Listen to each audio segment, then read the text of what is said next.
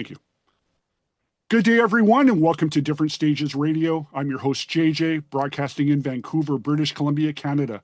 And my guest today is a multi-instrumentalist you know from Slash, featuring Myles Kennedy and the Conspirators, Alice Cooper, Union, Phil X and the Drills, loads more. And of course, Toque, who will be doing a run of Canadian dates this summer, including festival shows with Def Leppard, Foreigner, Queensrÿche, and more.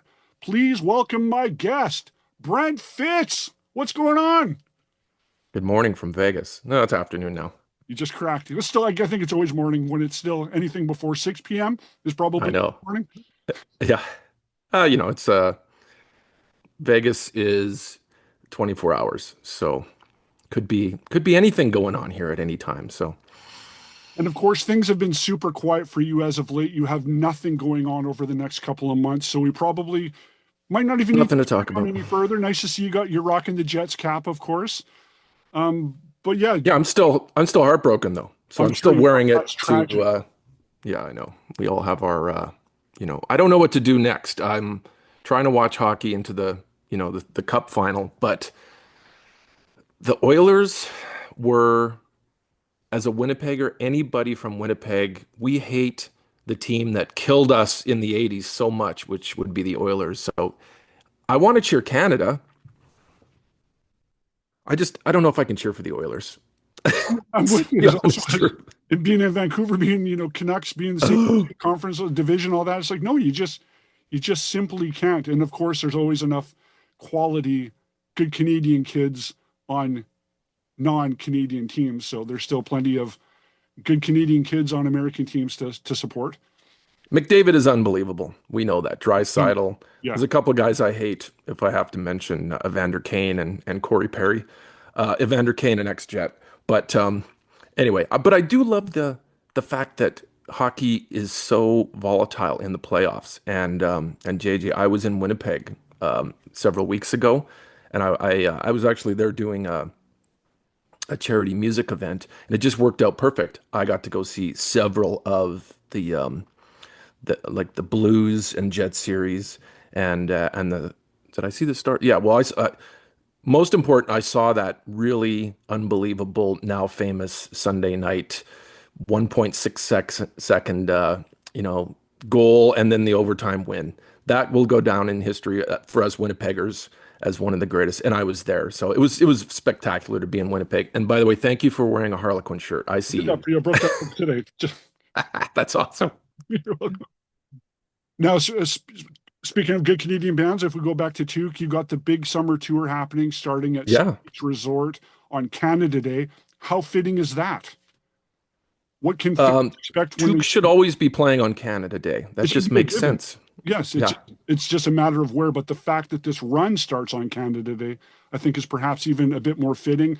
And you're in the process, or you've just wrapped up a new song and video. Is that correct? Yeah, so I just came. So I was in Winnipeg, back to Vegas here, and the boys in Toque, we all just were in LA together, and we shot a new music video for the new song we're releasing. And so I won't reveal too much other than new song, new video, soon to be released. Hopefully we'll be playing it, soon enough in the set.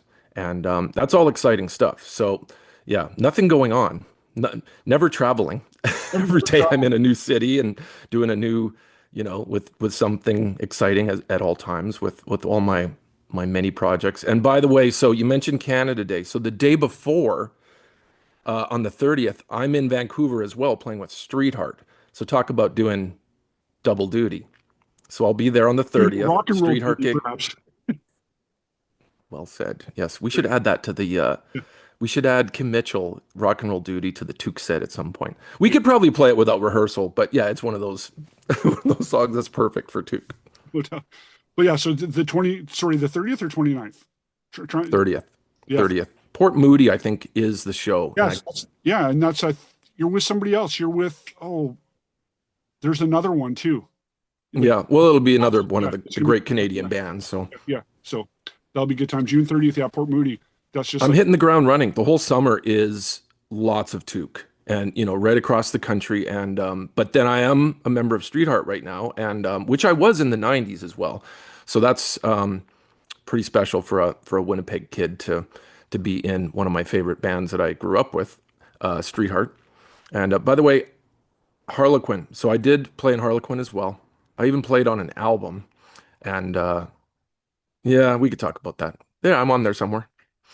Very honorary. Yeah, like all these Canadian, great bands that I grew up with. It's just incredible for to be involved in the now with some of these bands and especially Streetheart is just like that was my such an important band to me growing up and still is. So it's just good to be you know busy this summer with Streetheart, doing a ton of shows across Canada and people love the music and it's celebrated. So that's all I got to say is it's good to be playing Canadian music these days. Well, and the fact that you had the opportunity to play with Kenny Shields as well, so it's not post Kenny Shields, like you had that opportunity, correct?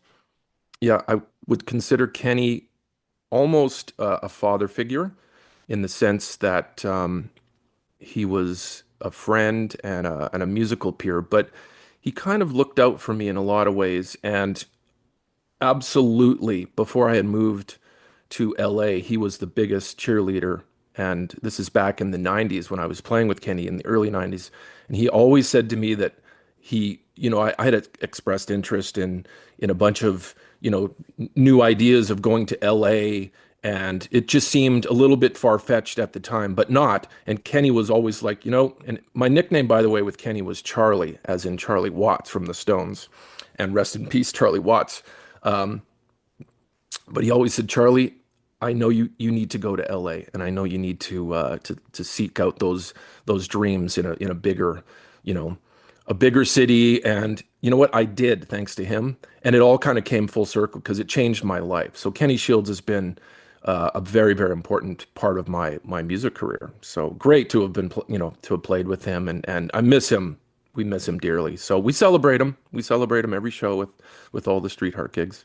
You can look forward to that in Port Moody on June the 30th. But before that, you're jumping ship for a bit, correct? You're doing some dates with a band called the Dead Daisies. And I'm kind of curious. It's like, do you know anybody in that band? Have you heard of the singer before? Do you know anything about him? Looking forward to meeting him for the first time. Yeah. Awesome. Should go good, I hope. Yeah. John Karabi and I, my first, so when I did move to LA in 96, the best scenario was I got real busy as soon as I got there. And John Karabi, Bruce Kulick, John from Motley Crue, Bruce from Kiss, who were both at that time currently, they were just not in those bands because there was reunited Kiss and Motley Crue and Vince Neil getting back with that band. But the best scenario for me was I got to start a new band with those guys. So here we are years later, come full circle again, much like the Streetheart. I get to come back and play with those guys. I'm coming back with Who's wow. So who's our JJ, that's a 90s look. That's a Brent awesome? It's awesome though. It's good. that's my wife makes fun of me on those. So I'm glad you have the picture disc. Let's talk about so that came out in 90.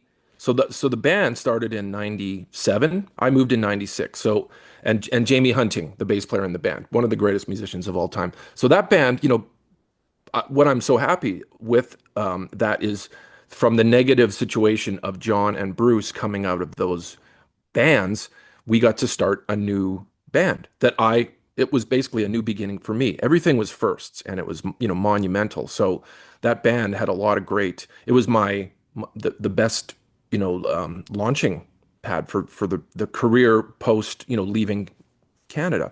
But so you have a picture, just take note of a picture disc in Oh, good. 1998 was Any not cool. cheers. Nobody even had vinyl. No. And we released that on picture disc. It's a whole interview thing. You have the rare stickers, and there's an interview, I think, with Jerry Miller on that. I probably haven't even listened to it, and I do have a copy of that somewhere.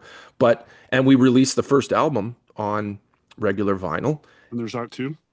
That's a 2 CD. Yep. That's probably something from Europe. Yep. But really cool that we we knew to make vinyl back then. And today, everybody makes vinyl. But you can't find a lot of, you notice a lot of the reissues of stuff in the 90s, like a Black Crowes record or a Lenny Kravitz record, which would all be really good stuff to have on vinyl. I don't think a lot of those bands were issuing records on vinyl back in those days. Yeah, you'd see some stuff coming out of Germany. I remember at the time because I was Hmm. in record stores at the time. You could get a few things on import, but it was super scarce. It was like a one run and done, and of course big money. Yeah, and now everything is $30 and up for vinyl. And 30. what were they, six ninety nine at Sam Yeah, the Record Man, or what the store that you had a store or have a store in I probably was at your store in yeah, Vancouver yeah, at some point. yes, yes. Scrape. Yeah, yeah. Years ago, yeah, I believe you stopped by at the original store, the one that was on Broadway. Oh, absolutely. Yeah, Yeah. back in the day. Please open the store again. I miss all the vinyl shops. We have a couple here in Vegas, and I literally enjoy one of my vinyl shopping partners is Eric Singer from Kiss. We love going, to all the stores and do the rounds and I was just in Winnipeg and I bought a bunch again at my favorite little. There's a good little collection of stores in Winnipeg still, which is nice, and some of them have been there for over 30 years, and that's my passion is especially traveling even in Japan on the last Slash tour. I came home with so much vinyl because they're so attention to detail over there and I like all the extra stuff that comes Oh yeah. with. And if I find older copies of like Cheap Trick or Kiss albums, they're like mint condition and they're packaged beautifully. And oh, it's just I love it. With you though mentioning record stores in Winnipeg, we'll do some plugs because that's where I did my early record store shopping because myself originally from Kenora, which is a side story. Don't want to make it about me, but just trying to remind you about record stores that were a big deal in Winnipeg, like Record Baron. Okay, so you brought up yeah, Winnipeg record stores. My Bring it. favorite Yeah, go ahead. okay, so hold on. Kenora, I just will say that in the late 80s, a lot of good gigs were done at the Kenrisha. Does that ring a bell? Kenrisha and at Shooters. I saw you at Shooters when I was underage in Seventh Heaven. That was the place we played, huh? Okay, Shooters. so those are all, again, monumental gigs back in those days. That's late 80s. Seventh Heaven was, I don't know, 88 to about 90 or something. And yeah, we went all through deep into, Dryden, Yeah, Fort Francis probably. Kenora. Yes, lots of Thunder Bay. Thunder Bay was just such a good rock town. And okay, so you wouldn't have a record store in Kenora per se, and you would do you'd go to Winnipeg to Yeah, do. like if you wanted to try to find any imports or anything out of the norm, you could get some fairly stock new releases in Kenora. Like you could find a new Whitesnake record, Bon Jovi album, Motley Crue album, Rat, no problem there. But if you wanted to find a 12-inch single, for example, or a picture disc, that sort of thing, you had to go to Winnipeg, and or if you didn't want to have to wait a month or two for it. So I remember driving to with three friends to go buy. One of the last purchases was at Musiplex. We went there to buy Badlands Voodoo Highway, and the three of us each needed to buy our own copy. And the guy working at the store said, "Hey, have you heard of this band Saigon Kick? They just released their new album." And we're like, "Yeah, but we all need the Badlands." And he says, "No, one of you can buy the Saigon Kick." And we're like, "No, we all need Badlands." We bought the Badlands, got back in the car, drove back to Kenora. I love that. And this is so Musicplex maybe had Musiplex two on locations, but Portage. on Portage, yeah. Remember the main one on Portage across from Portage Place.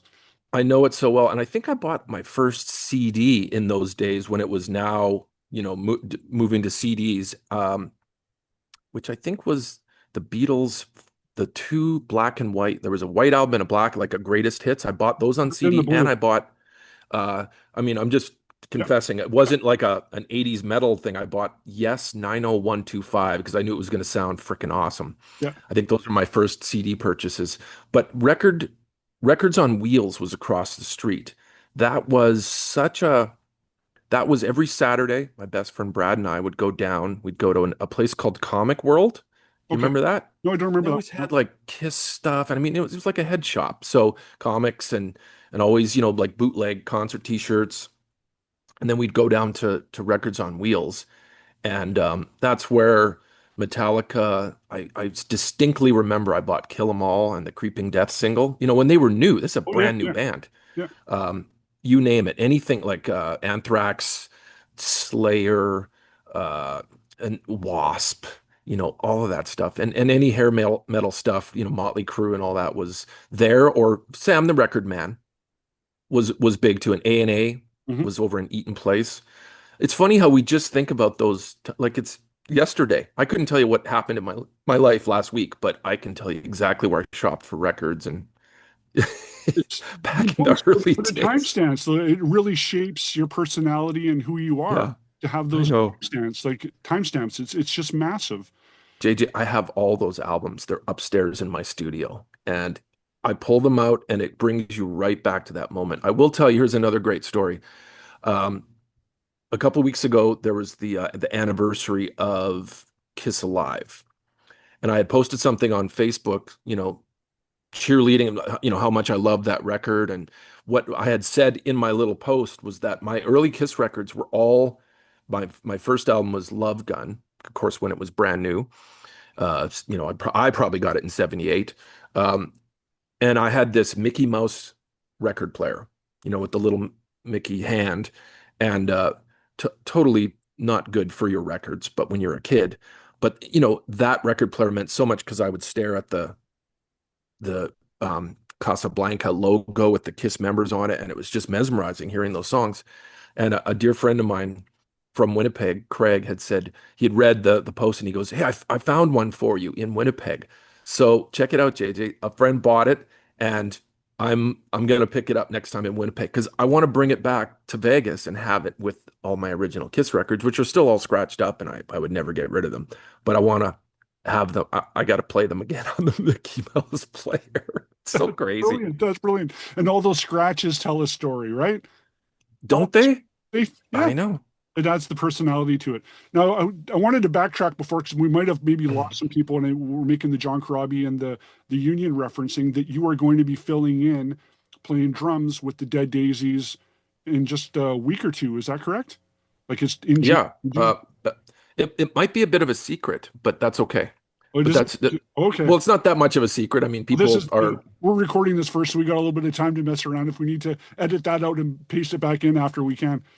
It's all good. You know, yeah, I'm happy to be doing the gig, and my good friend Tommy Clufetos is actually the drummer, Yeah. and I can't even speak for Tommy, but you know, he's probably doing something very awesome that he's not available for the June dates. So I'm gonna happily fill in, and it's gonna be great to play with John and Doug Aldrich, and I are really good friends, the guitar player who was in Whitesnake and Dio and so many great bands. And Michael Devin, the bass player, and I toured with well, while he was in Whitesnake, I was playing with Brad Woodford and Derek St. Holmes. Brad from Aerosmith and Derek from Ted Nugent, and so we toured a bunch together a few years back.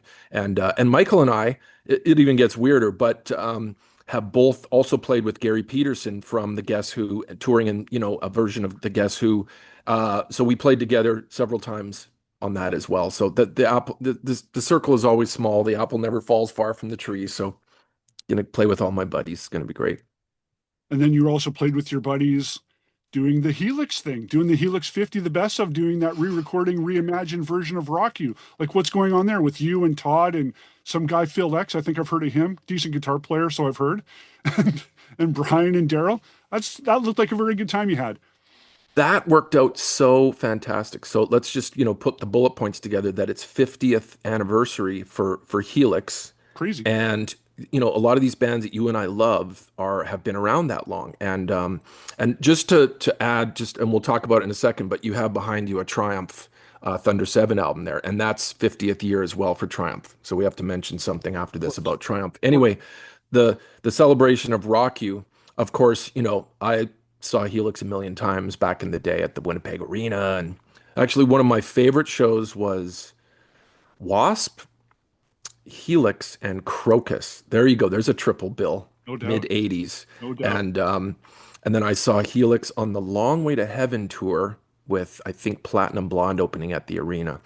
All monumental, epic. Brian Vollmer's a wonderful guy, good, you know, dear friend. I hadn't met Daryl I'd seen him live a bunch, but I hadn't met Daryl. So Daryl Gray, the bass player. So we yes, Todd Kerns, Phil X, and I, and those two gentlemen put a new spin, just a fresh coat of paint on the classic Rock You, and it's good. It's there in celebration with they have a whole greatest hits vinyl and all that coming out now. So that's pretty cool for the Winnipeg kid. We to put that together was amazing too. And I got to give a shout out to Greg Campbell, one of our dear friends who works with Toque as well, does merch and all kinds of great stuff. And he'd kind of put that all together and said, "Hey, if we can do this, let's figure out." Because we did it in Toronto, and Toque was over there doing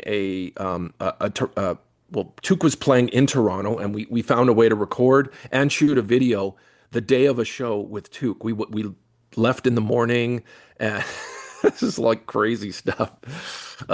Good thing we don't drink anymore. Early mornings, but we made all that happen. You can check the video out on YouTube. It's lots of fun.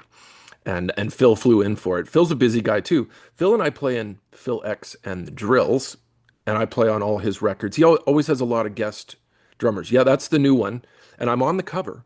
But Tommy Lee on drums and so many other great drummers are on the record as well. But Phil and I did a great show last year. We played with Def Leppard, or sorry, no, we played with Motley Crue in the States on a show that was just epic. And Phil and I went out to Texas earlier this year. We were in yeah, we did some dates, and I was out with Brother Kane just before that. And I'm trying to remember, like, this all happened so fast that I'm like, wow, that's a whole bunch of bands in the last couple Fast, and the months. timing though. Just the timing seems to be just impeccable. You kind of shake I your head don't even, sometimes. It's just like, never mind so fast, but how did we just slide that in? yeah. And so let's back up to, or fast forward now to, okay, so all that Helix stuff is fantastic. It's all out and celebrating this year. And while during COVID, I also played on, which is now recently released because it's the 50th anniversary of Triumph, is their Magic Power tribute album, which is fantastic with all guest singers and musicians and guitar players and drummers. And that I don't believe is out as a full product yet. They've been teasing with a I few believe it's songs. June 20th, I think is the release date. So Okay. we're just under a month away. Yeah, so I'm excited on, for that as well. 50th anniversary for Triumph, getting to play on that tribute record as well. And Todd Kerns and I did that together in LA. Actually, we all got brought in at different times, and Phil X did a lot of the heavy lifting on it, and so many great singers. But I don't want to what I would reveal, but one of the tracks I did really turned out great, and I don't even know if I'm supposed to mention who I sang with, but it's like one of my favorite rock singers that I didn't know I was going to play on the track together. So when I did the track, it was like a planned, okay, we're going to have, certain amount of different singers, but we were just doing the bed tracks. So I didn't actually get to enjoy hearing a singer yet. So, and then when it was finished and I heard who sang on it, I was like, just loved it and super proud. And Mike Klink, the producer, shared the album with Todd and I back in October. We were in LA working on our new Slash record, which we are still finishing up and working on. That's another conversation we can talk about. But so I got to hear that whole album, and I don't always love tribute records because they can kind of be a little bit like, why are we doing this? And that you know I was just happy with the way the Helix track turned out, and all the Triumph stuff was really, really great. So I'm real excited, for those records. And as a Canadian and love those bands, it's just all awesome. Well, and in those cases too, like you said, it's weird sometimes with the tribute albums, but when you have actual members from the band that are directly involved in the process, then of course it's going to be a lot more authentic and Hmm. just true. Like it's more of a legit release rather than just kind of grabbing some people and putting something together. Yeah, they care about it more than, you would expect them to have the full support and passion of it as well. And I like the celebration of, I always say it's never, you can't compare the originals because the Oh, originals are always the magic. It's a fresh coat of paint, and it's an updated, sometimes sonically things are cool when they're re-recorded in a modern sense. And I will say, JJ, that Toque is mostly, that's the way we view celebrating and performing songs that we grew up and love and have recorded a bunch of those songs as well on our Toque albums. You can find that stuff on Spotify or, we have some physical copies of our albums, but you could easily go and find on Apple Music and all that, a bunch of the Toque stuff where we've recorded Honeymoon Suite and Rush. And there you go. You have a hard copy. Great. And so, those are just reimagined, new celebrations of those songs. And a lot of times the way we've sort of taken the approach is the original songs sometimes are so good, they're hard to mess with. It's hard to just go, oh, I don't want to make it, anywhere near the original way. It's so ingrained in my heart and soul. It's kind of like I only know how to perform it or like if I'm playing in Streetheart, think about this, and I'm the drummer and I grew up on that music, I only know how to play the parts the way I heard them and listen to them on the radio. And so I perform them as if I'm, Matt Furnett or Bob Ego, the drummers from Streetheart. I play like those guys, When I play with Slash, I don't try to recreate. I'm re-envisioning these songs. I'm doing my best, And when we go and play with, Todd and I play with Bruce Kulick and do a bunch of this other stuff. I'm getting off topic, but do all those celebrations on the Kiss cruises over the years. It's just always for me, try to honor the original way and celebrate it that way, and don't make it so people are like, I don't think you knew the original song. Well, that's why I'd have to say the one that still continues to blow me away. Like all the tracks on here are phenomenal, but the one that I find is just that pinch above is the Sheriff. Because I'm thinking that had to be so hard to replicate. I'm doing When I'm With You, which I've always thought is just a brilliant song. But like I'm even getting that just thinking about it. It's just crushing. Like the harmonies, your keys, everything. It's like it's got every little nuance without seeming like it's a clone. It's just so good. And then when you did it live, when I saw it there last fall, I'm like, this is just killer. So good. Like that must have been hard. I love too, JJ, that song has had several successful, pushes into everyone's mainstream because, initially that's an early 80s single on a Sheriff album that after it had seen its time, remember it got released in America. I don't think it was a hit yet in the Oh States. no, I think it And was some station in Florida just started playing it out of nowhere in about 89 or so. yeah, and so, to give it a second spin, and everybody seems to know that song in Canada, yes, but in America, everybody knows that song too because it came out again in the 80s. And it's one of the greatest rock, it is a ballad, but I mean, you could probably look on the Spotify, like plays on our own Toque stuff, and it probably is one of the most popular songs. It just shows that people really love that song. Again, hard to change it too much from the original. We just gave it a fresh spin, an updated recording of a classic. And Todd sang the shit out of it. And we got to give Freddie Kersey credit for, I mean, one of the greatest vocal performances. That note at the end, I think it might have been in the Guinness, I think it was. like for longest, like held note or something. So Todd was like, "Oh, great! I'm gonna have to do that live every every show," and he does. But yeah, great song. Honored to have it on a Toque record, and yeah, so we'll be playing it on a bunch of shows this summer too. So with those, the larger shows, the festival dates that include Def Leppard, that include Foreigner, Queensrÿche, Joan Jett, Bret Michaels, so forth. Now I'm wondering to bring this kind of in a weird circle here. So you're a part of the DEANER '89 movie, playing the role of Mr. Jeff Pilson. So I'm curious if there's going to be perhaps any fisticuffs when you guys meet up with Foreigner and Jeff Pilson this summer. If there's any critiquing that he may have coming your way, it's like, dude, you're being me. What's going on here? Was that cool to be So Jeff Pilson? so the plan is Jeff's gonna play in Toque, and I'm gonna play in Foreigner. No, I'm Nice. just kidding, because Jeff Pilson's opening for Jeff Pilson. Think about that. It's so crazy in small world. Like, I will be on the same, we're on the same date. That's a Winnipeg show. And is Foreigner on the Edmonton show? Maybe not. I think it's Queensrÿche, but Yeah. Foreigner definitely in Winnipeg. So I'm very close with Jeff.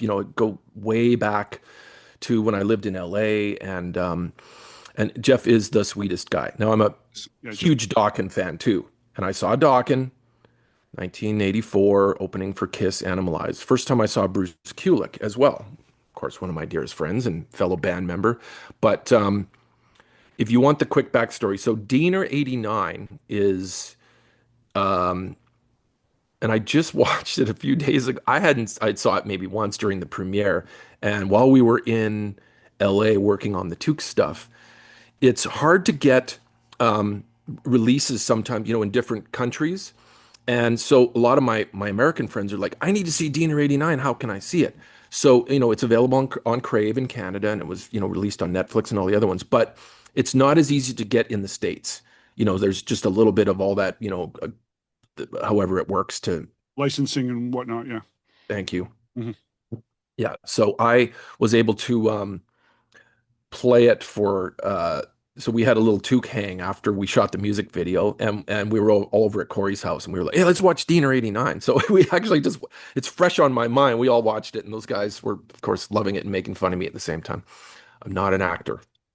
I'm not an actor, but you do your due diligence. And I, as an honorary Winnipegger and Canadian, I felt I had to step up. A lot of it was filmed in Winnipeg, JJ. So, and I'm really proud of how your film industry out on the West Coast is massive. And we know that Alberta has it too. But Winnipeg, I, have been lucky enough to be on a bunch of different movie things related to making music videos or just movies in general when I lived in LA. And when I was in Winnipeg filming DEANER, I was so impressed with the whole scene and all the people that work in the industry there. It was as good, if not, I mean, I just felt like, wow, this is a full, like, they have a beautiful working community there of, world class Hollywood type, people in the industry there. Anyway, I'm getting off topic, but DEANER is such a celebration of Canadian isms, and the fact that Paul Spence, the star and and writer of the movie, DEANER, wanted to have Dokken in the movie. So I had to call Jeff Pilson because my dear friend Kyle Irving, one of the executive producers, had mentioned it to me, and he was at a Toque show in Regina, and it was right before the Grey Cup. This would have been, I guess, was it during COVID? But I'm going to forget now. But, we had talked during a Toque show, and he had mentioned that this movie, and he said, hey, it'd be kind of cool if you could, if you were interested in maybe, there's a part, Jeff Pilson from Doc. And I'm like, oh, well, let me call Jeff Pilson. Can he not be in his, why doesn't he do the cameo? So Jeff and I had a really great conversation about it. And him being on tour and super busy, it wasn't even, feasible at that time. And he goes, well, Brent, yeah, you should do it. And I was like, well, that's awkward because you're my friend, but well, okay, I will, I will be you in the movie. And it's, it's really a fun movie. It's not so much the biopic idea of, having things, like the Queen movie that Rami Malek was spinning image of Freddie Mercury. But you know what I mean? It was done in fun, in love. And so I hope I have not talked to Jeff. Maybe we'll see each other in Winnipeg and he could give me his, yeah, nice job, buddy. Or, But yeah, you might be onto something though, where you may need to switch roles that night. Though you may need to play with Foreigner, and perhaps he needs to play with Toque, even if just an encore thing. That would be pretty cool. isn't this crazy? Yeah. It'll be just funny Start because speculating; it'd be fun. yeah, and I think about, well, I saw Jeff at the old Winnipeg Arena first time back in 1984. It's going to be awesome to do a whole day with Def Leppard, Foreigner, Joan Jett as well, and Toque. That's going to be a great. So that's July 9th in Winnipeg. We're doing it again 2 days later in Edmonton with Queensrÿche and Bret Michaels and Def Leppard, I think is the bill with Toque. And are there still some additional dates to perhaps be thrown in this summer? Are you still working on, or is everything already laid out for the summer for Toque? It's still, there might be a few later on in September. Always, our manager Lyle is crushing it. He is always fielding opportunities. Yeah, like what is the hardest logistically for Toque is that we do have the reason we celebrate as Toque is because we've been very lucky to be in all these other different bands with all these other, successful and big artists. So myself and Todd, being very busy with Slash over 15 years now, schedules get a little bit tricky to plug in things. Shane Gallus, our drummer, he will be leaving probably, as I would guess, in the next week or so, over to Japan. He is in a band called the Bees, B''Z, Z if you're in America. And they're one of the biggest. They're massive. And so he has a huge tour with them over there. Corey Churko on guitar will be with Kelly Clarkson in Las Vegas for a residency. So, these are all the little things that get busy in between. So it's not easy to put a tour together and dates. We always have to make sure everyone's available. And so Corey will be doing some Kelly Clarkson stuff where our dear friend Zach Throne is going to do some of the shows, just to make note of that. And Zach Throne has also been in Toque, and Zach is currently out right now with Jerry Cantrell from Alice in Chains playing guitar. He also played in Corey Taylor's band from Slipknot. And Zach is a Las Vegas resident and neighbor of mine, and we're all besties. And Zach has a lot of history. He's from he grew up in LA and New York, but he spent a lot of time in your neighborhood on a show called The Heights. Okay. He was an actor on that show. I think, yeah, I hope I'm right. It's The Heights. And did some stuff on like 90210 and some different things. So he's a great actor as well, and definitely one of the best musicians. So he's our extra, go. We've had a few Jeff Neal from Streetheart has been in Toque. Spider from Loverboy and Streetheart has also been a member of Toque. So, we've kind of filled in a few spots here and there. So for the summer, Zach will be also with us on a few shows. Excellent. Well, just leading up to that, I'm thinking about, because you are in Vegas and you've been there for a long time, wanted to kind of switch gears and talk about the sad thing that's happening at the end of June that I guess you won't be around for because you'll be on the road, is involving Counts Vamped with the sad and it seems a bit maybe sudden, or maybe it's not to most, with their closing down at the end of June. That must be a kind of a terrible thing to have found out about, because it's such an important to the rock and roll community. Yeah, losing any great rock live venue is never good. And it's, here we are again, all the clubs that I'm familiar with in Canada, from touring in the late 80s, most of them are gone. Most of them have changed, or, if they're not a rock club, they are something else, a country thing. So it's in Vegas, and I've been here over 20 years now, but Vamped was and has been the rock place destination for all bands in that genre, and everything else in between, like, a lot of support for local bands too. But it's 16 years. I really, it's amazing. Danny and Corey Coker have been, crushing it, doing, that, supporting and getting all the bands in. But it is unfortunate. I mean, hopefully something else will eventually pop up, or I don't know what happens, business wise, if somebody buys it and it becomes another, ownership and a new name. But I do know that the month of June, because I won't be around actually, but they're really having some cool bands. I think Faster Pussycat this weekend, and then Stephen Piercy's, with Warren DeMartini and Rat are doing the next weekend. Then Night Ranger, I'll be and there then for that. Loverboy. Going down for Night Ranger. Are you? Okay, Yeah, awesome. yeah. Yeah, and then I'm not trying to. Loverboy will be awesome. Yeah. And our dear friend from Dollar Loan Center, Chuck Brennan, is going to be sponsoring all those shows, and he's a huge music supporter and a big part of the scene in Vegas. So he's having all those bands, specifically some of his favorites, come in for that last month. But it is sad. Yeah, absolutely. And it's the times change and things do evolve. I mean, I was back in Winnipeg, and my favorite dirty rock bar, the Zoo at the Osborne Village Inn on and it's gone. It's condos, and it was there for so long, but that's the evolution. Things change. That's so sad. That's so sad. I know. Now, what about Club Soda? What about where did we play in Vancouver? There was Club Soda became Starfish Room, and then that closed down. That same thing. It's condos. Everything's condos. What the hell? Probably maybe played back in the day at the Town Pump. That's been long gone. 86 Music Hall, you probably played at back in the day. That's long gone. The outdoor venue at the Plaza Nations, that's been gone for years. It's just I they, played every one of those places. yeah, Yeah, it's it's just just really different. sad. Fortunately, we still have the Commodore, which is still a great room, and So good. the two Vogue Theater across the street is Hogue still great. there. Yep, And the QE, Perfume Queen still Elizabeth is a there. great.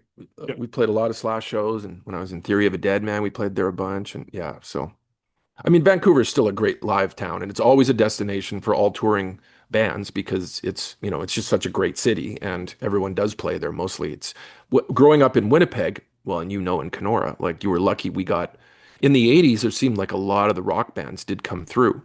I was lucky to see, some of my favorites, thankfully. But it's in the middle of the country, and a lot of bands just find that, if you're coming up from Minneapolis, it's not so bad. But it's not Toronto, and it's not Montreal, and it's not Vancouver. So it's a little prairie town. and no major U.S. city that's close enough to perhaps make justify the crossover, like say Toronto, Montreal, or even Vancouver having that significant city below it. Hey, but True North, Mhm. Sports and Entertainment that does own, with the Jets, and they also own, well, they do the arena and the Burton Cummings Theater. There's a lot of great things that family of people and all those, and they're all like, so Winnipeg surprisingly does get most of the big shows, and it actually when I come back home and I'm like, one of the busiest arenas now is Canada Life Center.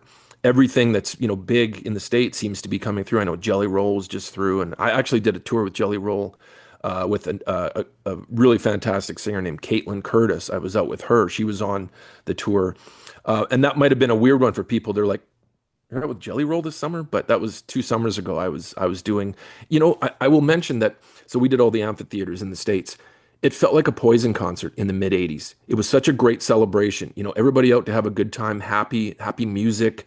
And it brought me back to, like that's the way it was. It wasn't dark and, it was just a celebration in the summer. And it was pretty cool to be out with Jelly on that summer tour. As the way it should be. Mhm. Now, you mentioned Slash earlier. Can we touch on Slash? What's the status of a new record? Are we going to see it perhaps in the fall? Planning a tour, that sort of thing? What's going on? What we're working on it. So I'm going to go back to, Todd and I are going to, well, we're all going to get back together after the summer, late summer. And we've been working on it in Florida with our producer Elvis Basquette, who has been out in Florida for many years.